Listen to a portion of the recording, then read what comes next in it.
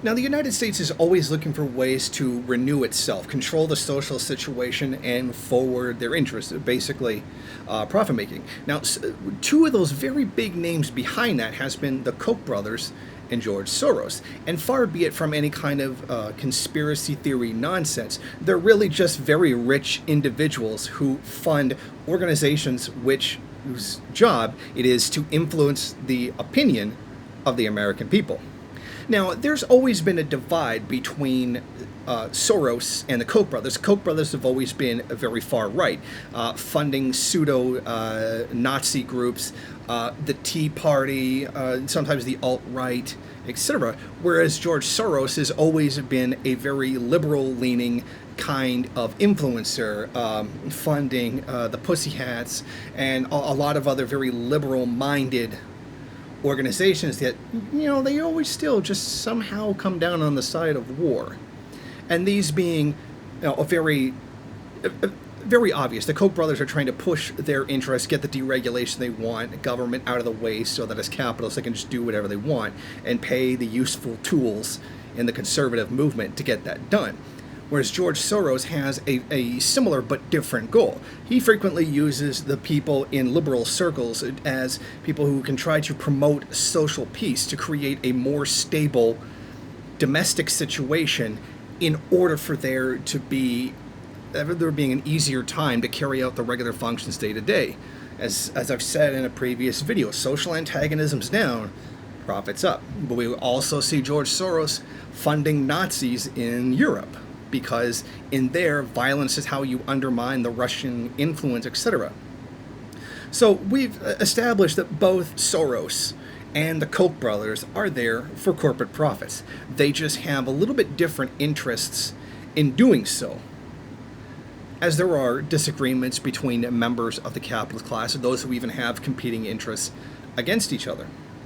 But what we're seeing now is something very interesting. The two of them have gotten together by putting in about $500,000 each to form the Quincy Institute for Responsible Statecraft. Essentially, what they're saying is that they will oppose Washington's endless wars and will challenge the basis of American foreign policy in a way that has not been done, at least in the last quarter century, according to the founder, Trita Parsi. Now, this is very interesting. This has the definite flavor of an anti-war movement. But since when have the Koch brothers have been anti-war? Since when are the oil companies ever anti-war? Even George Soros, for the most part, has supported violent U.S. foreign policy towards regions which the U.S. does not have control over, particularly Europe. So what's going on here? All of a sudden, we've got these two pro-war groups, very high capitalist elite billionaires, who generally have disagreements on what U.S. policy should be, working together to promote anti-war. Now, that in itself is extremely suspicious. Now, your first instinct is correct. Don't trust either one of them. I mean, obviously, these guys are some of the worst human beings in the world. And anytime they're trying to influence public policy, it can't be good. So, what does it mean? Well, I shouldn't say not good, but it's good for corporate profits, generally speaking, not good for the American people. So, we do understand that. They're out for the ruling elite, particularly themselves, not the working class people of America. So, what's going on here? Why would these two guys suddenly get together and start working on a mutual project, especially one that's anti-war, given that both of them have been very pro-war? Yeah, something's not right here. Something seems very strange. And frankly, I'm having a hard time trying to figure it out. Because it can't be just a case of they just don't want the U.S. to go to war, because they do all the time. But it appears maybe they want a different path than what's usually done to the same imperialist goal. One of the things that they do say right out is to end the U.S. occupation of Afghanistan. Now, from their perspective, it does make sense. Let's face it, the Afghan war has already lost. the U.S. and the other allied NATO troops have already lost the war in Afghanistan. They're not going to get it. After 17 years, like almost 2 decades, they still can't get the job done. They're not going to win. That is very obvious. So, what do they say? They say, oh, they should pull out and engage in dialogue. And by dialogue, they mean bribe off members of the Taliban that are going to come to power as a result and use that to fill their own pockets, which very likely could happen. The United States worked with the Taliban before. You remember under Reagan when the Taliban people came to the White House and had a big meeting with them, and Ronald Reagan called them the Afghanistan's moral equivalent of the Founding Fathers. LOL. So this kind of makes sense. When we do look at this, it does make sense that they would make this decision to end the war and engage in dialogue. Okay, it's pretty obvious they're not going to win the war. So let's see how corrupt we can get the officials to carry out our interests. Well, that sounds like the U.S. imperialism that I know. And I think that's probably going to be the case. It's pretty clear that, it's not entirely clear, but we don't know exactly all of their positions because this thing just did start. It's just in the construction phase right now, so we don't know everything that they're going to do or all the positions that they're going to take, but they have said this about Afghanistan. I think they're trying to push for a shift in the way foreign policy is done. An outright violent foreign policy in many areas isn't working. It's already failed in Syria. The Syrian government is going to take back their rightful land, and the U.S. efforts there have failed. U.S. efforts have failed in Venezuela, although, in fairness, they could work in the future.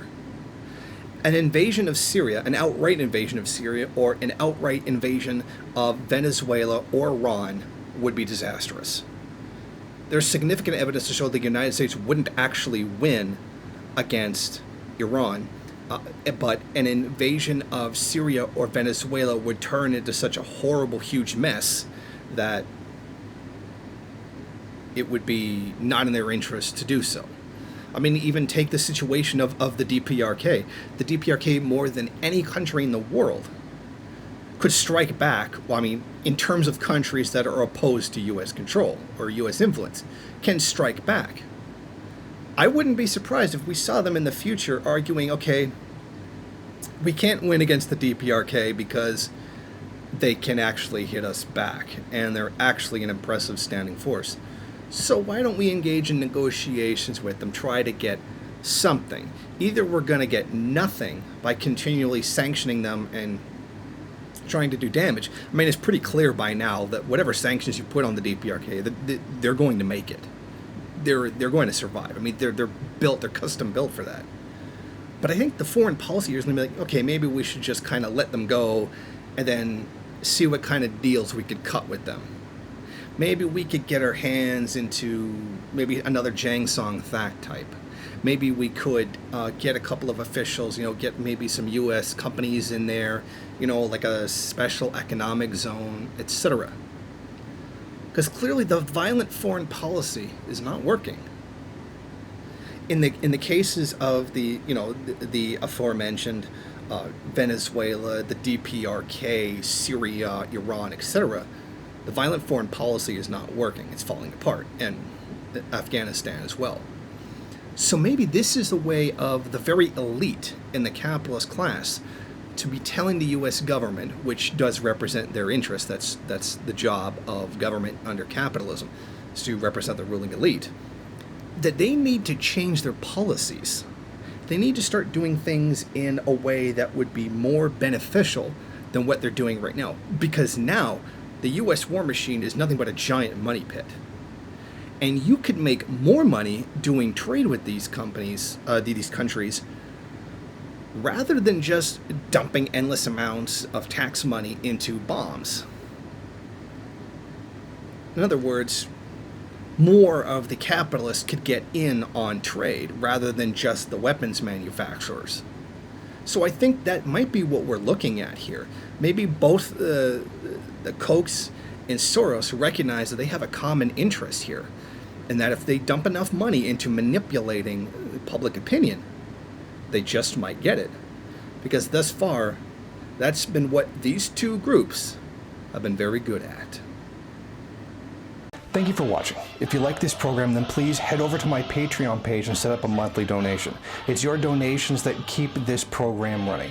Also, if you would like, please rate, comment, subscribe, and share in various social media.